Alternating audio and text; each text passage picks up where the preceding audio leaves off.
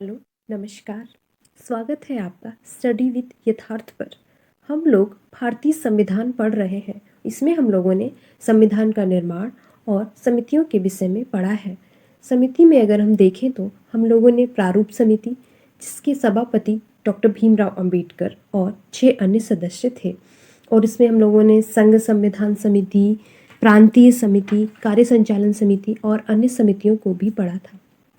और संविधान के कार्य में देखें तो हम लोगों ने राष्ट्रीय ध्वज को कब अपनाया ये देखा। 22 जुलाई 1947 को, 24 जनवरी 1950 को राष्ट्रगीत और राष्ट्रगान को अपनाया और 16 अनुच्छेदों को 26 नवंबर 1949 को लागू किया।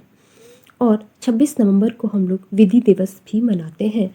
वर्तमान में भारतीय संविधान में 395 अनुच्छेद, 12 अनुसूचियाँ तथा 22 भाग हैं।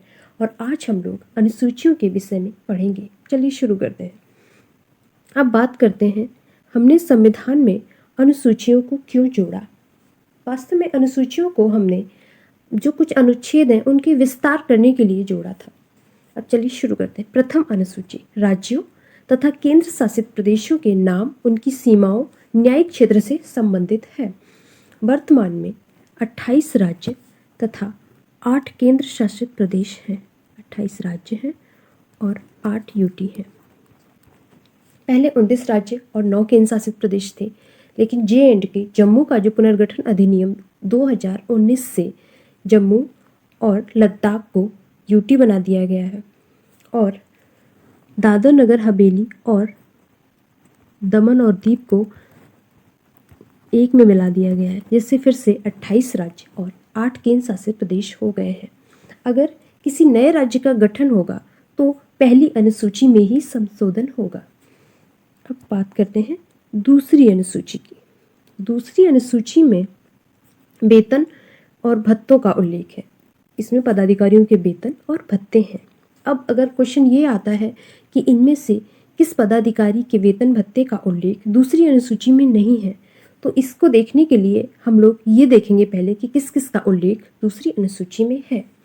इसमें हम लोग देखें तो राष्ट्रपति, राज्यपाल, लोकसभा अध्यक्ष, उपाध्यक्ष, राज्यसभा सभापति, उपसभापति, राज्य विधानसभाओं के अध्यक्ष और उपाध्यक्ष, राज्य विधान परिषदों के सभापति तथा उपसभापति, उच्चतम तथा उच्च न्यायालय के न्यायाधीश और कैग, नियंत्रक तथा महालेखा परीक्षक, इनके वेतन तथा भत्तों का उल्लेख है। इसको हम लोग 2 बार पढ़ेंगे तो ये याद हो जाएगा। तीसरी अनुसूची। तीसरी अनुसूची में शपथ का उल्लेख है। अब तीसरी अनुसूची में हम सिर्फ ये याद कर लेंगे कि किस किस की शपथ का उल्लेख नहीं है। ठीक है, तो इसमें राष्ट्रपति, उपराष्ट्रपति तथा राज्यपाल की शपथ का उल्लेख नहीं है, बाकी सब पदाधिकारियों का है। तो अब ये देखते हैं राष्ट्रपति की शपथ का उल्लेख किस अनुच्छेद में है। तो राष्ट्रपति की शपथ का उल्लेख अनुच्छेद 60 में है, उपराष्ट्रपति का 69 में और राज्यपाल का 159। इनकी शपथ का उल्लेख इन अनुच्छेदों में है, तीसरी अनुसूची में नहीं है। चौथी अनुसूची, इसके अंतर्गत राज्यों, यूटी, केंद्र शासित प्रदेश को उनकी जनसंख्या के अनुपात में राज्यसभा में सीटों का प्रतिनिधित्व, जो राज्यसभा जो हमारा उच्च सदन है उसमें सीटों का जो प्रतिनिधित्व है वो चौथी अनुसूची में है। पांचवी अनुसूची, अनुसूचित क्षेत्र और जनजाति प्रशासन।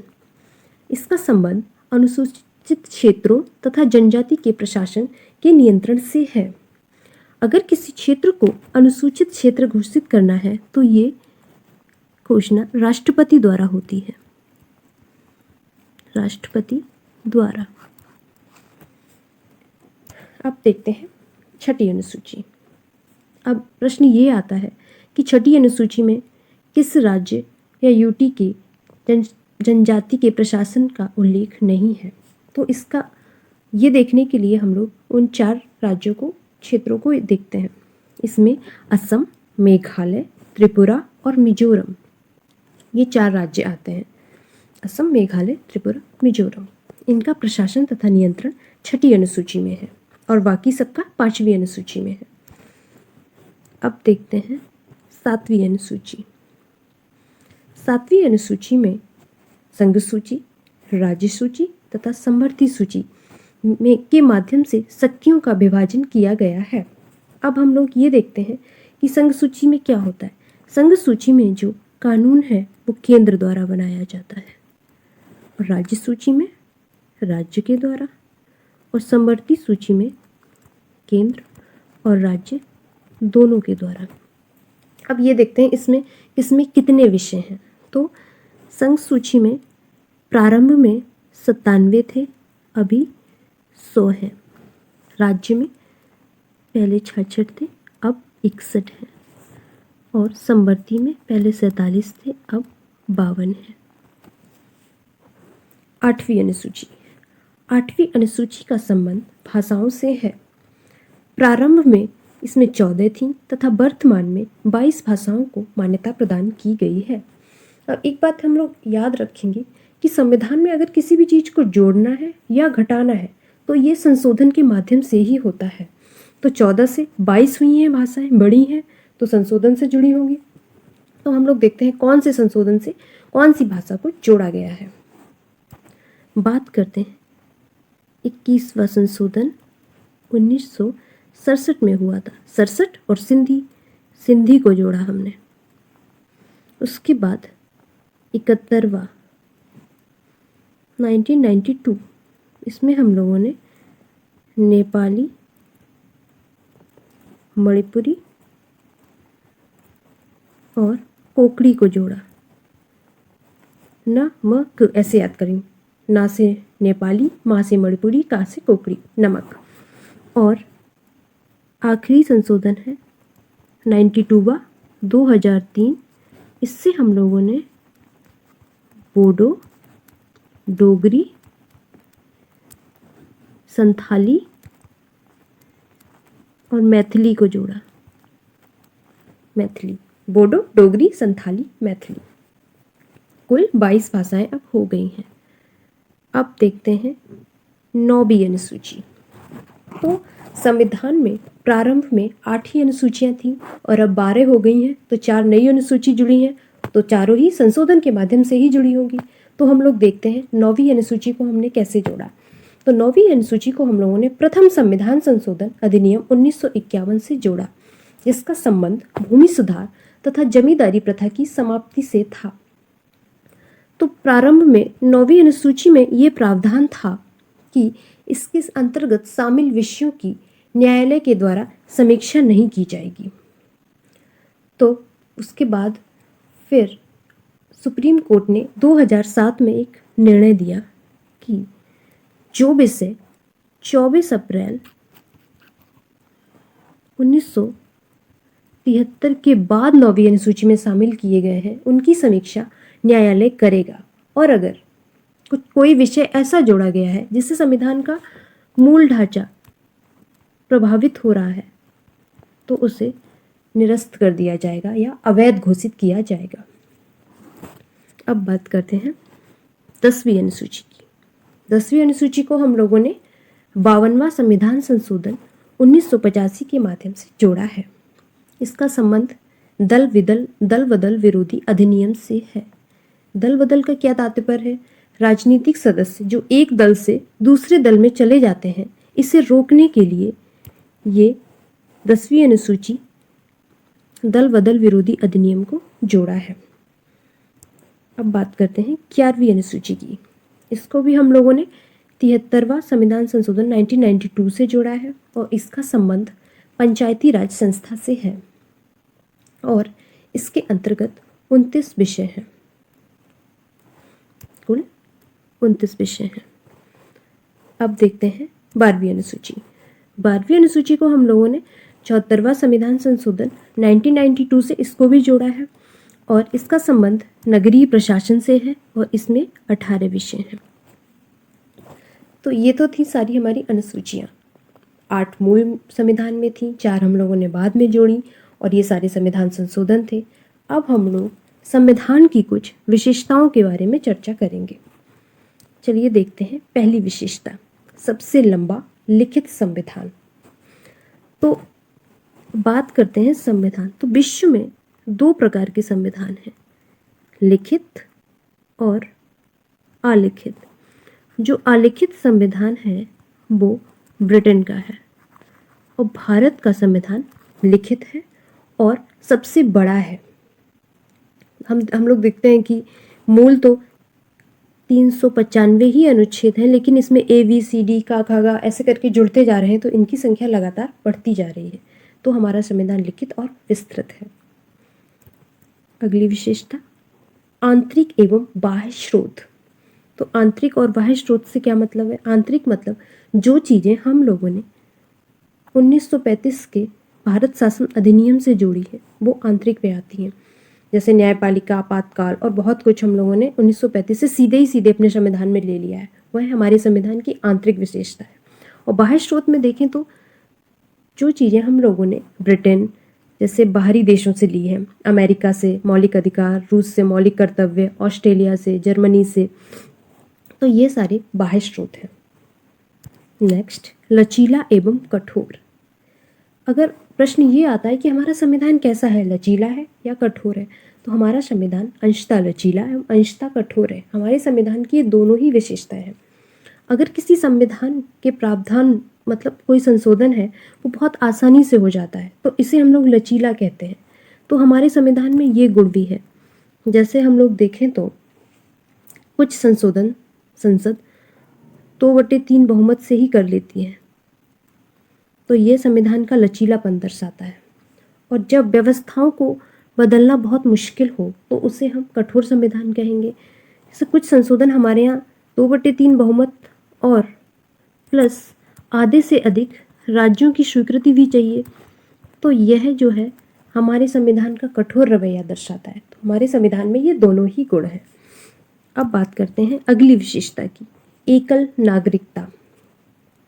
तो विश्व में कुछ देशों में एकल नागरिकता है और कुछ में दोहरी नागरिकता है। तो हम लोगों ने एकल नागरिकता को अपनाया है और इसे हम लोगों ने ब्रिटेन से अपनाया है। बात करें अमेरिका की, तो यहाँ पर दोहरी नागरिकता है। दोहरी एक देश स्तर पर होती है और एक राज्य स्तर पर, और हमने एकल नागरिकता को अपनाया है। नेक्स्ट, सार्वभौमिक मताधिकार। तो ये विशेषता जो है, सभी नागरिक को मत देने का अधिकार है और सभी का मत मूल्य समान है। मत मूल्य समान है, चाहे गरीब हो, अमीर हो, साक्षर हो, निरक्षर हो, सभी के मत की कीमत एक समान है, कोई भेदभाव नहीं है। लेकिन प्रारंभ में मत देने की उम्र 21 वर्ष थी, लेकिन 61वां संशोधन से इसे 18 वर्ष कर दिया गया है। अगली विशेषता, स्वतंत्र न्यायपालिका। यह व्यवस्था हम लोगों ने अमेरिका से ली है। अमेरिका से हमारे यहाँ क्रमिक न्यायपालिका है जो ऊपर से नीचे तक एक सूत्र में बंधी है, स्वतंत्र और निष्पक्ष न्याय करती है। अगली विशेषता, त्रिस्तरीय शासन। तो हमारा भारत ही एक ऐसा देश है जहाँ शासन 3 स्तर पर होता है, जिसमें केंद्र, राज्य और स्थानीय स्वशासन। इस स्थानीय स्वशासन में भी हम लोगों ने देखा था 10वीं और 11वीं अनुसूची में पंचायत और नगर पालिका, यही है स्थानीय स्वशासन और इसे संवैधानिक दर्जा भी प्राप्त है। अब बात करते हैं अगली विशेषता की, पंथ निरपेक्ष राज्य। इसका तात्पर्य यह है कि राष्ट्र का कोई धर्म नहीं होगा, धर्म व्यक्तियों का होगा। राष्ट्र का कोई धर्म नहीं होगा, धर्म व्यक्तियों का होगा। तो ये तो था आज का हमारा टॉपिक। अब हम लोगों ने जो कल पढ़ा था उसका हम लोग प्रश्न उत्तर के माध्यम से रिवीजन करेंगे। चलिए शुरू करते हैं। हमारा पहला प्रश्न है, प्रारूप समिति में एकमात्र कांग्रेसी थे। ऑप्शन है doctor Bhimrao Ambedkar, KM Munshi, Mohammad Saadulla, T Krishnamachari. सही उत्तर है KM मुंशी, ये एकमात्र कांग्रेसी थे। भीमराव अंबेडकर ये अध्यक्ष थे, अध्यक्ष, और मोहम्मद सादुल्ला और T कृष्णामाचारी 2 अन्य सदस्य थे। नेक्स्ट, डॉक्टर भीमराव अंबेडकर का प्रारंभ में चुनाव कहाँ से हुआ था? ऑप्शन है मुंबई, सौराष्ट्र, बंगाल का पूर्वी भाग, बिहार। सही उत्तर है बंगाल का पूर्वी भाग, लेकिन विभाजन के कारण यह भाग पाकिस्तान में चला गया। उसके बाद डॉक्टर भीमराव अंबेडकर का चुनाव मुंबई से हुआ था, मुंबई से। नेक्स्ट, पूरी संविधान सभा कांग्रेस थी और उस समय कांग्रेस भारत माता थी, यह कथन किसका था? ऑप्शन है doctor Bhimrao Ambedkar, Mahatma Gandhi, Granville Austin, Subhash Chandra Bose. सही उत्तर है ग्रेनविल ऑस्टिन।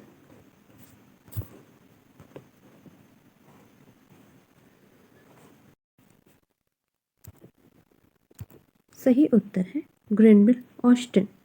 और डॉक्टर भीमराव अंबेडकर ने कहा था, संविधान को एक महान दस्तावेज की संज्ञा दी थी। नेक्स्ट, डॉक्टर राजेंद्र प्रसाद किस समिति के अध्यक्ष थे? ऑप्शन है संघ संविधान समिति, प्रांतीय संविधान समिति, कार्य संचालन समिति, झंडा समिति। सही उत्तर है झंडा समिति।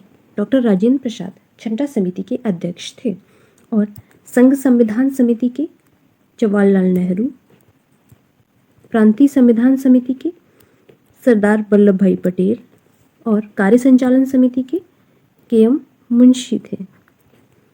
नेक्स्ट, संविधान सभा के अध्यक्ष कौन थे? ऑप्शन है गणेश वासुदेव मावलंकर, डॉक्टर भीमराव अंबेडकर, डॉक्टर राजेंद्र प्रसाद। इनमें से कोई नहीं। सही उत्तर है डॉक्टर राजेंद्र प्रसाद। नेक्स्ट, संविधान सभा ने राष्ट्रीय ध्वज को कब अपनाया? ऑप्शन है 22 जुलाई 1947, 14 सितंबर 1949, 24 जनवरी 1950, 26 नवंबर 1949। सही उत्तर है 22 जुलाई 1947 को और 14 सितंबर 1949 को हिंदी को राजभाषा के रूप में अपनाया था हम लोगों ने, हिंदी को राजभाषा के रूप में। और 24 जनवरी 1950 को राष्ट्रगीत और राष्ट्रगान को अपनाया था, गान और गीत को। 26 नवंबर 1949 को संविधान को आंशिक रूप से लागू किया गया था। नेक्स्ट क्वेश्चन है, संविधान के हर पेज पर चित्रकारी किसने की? ऑप्शन है वसंत कुमार, नंदलाल, प्रेम बिहारी रायजादा। इनमें से कोई नहीं। सही उत्तर है नंदलाल। और बसंत कुमार ने हिंदी में संविधान लिखा है, हिंदी में। और प्रेम बिहारी रायजादा ने अंग्रेजी में लिखा है। Okay friends, thank you.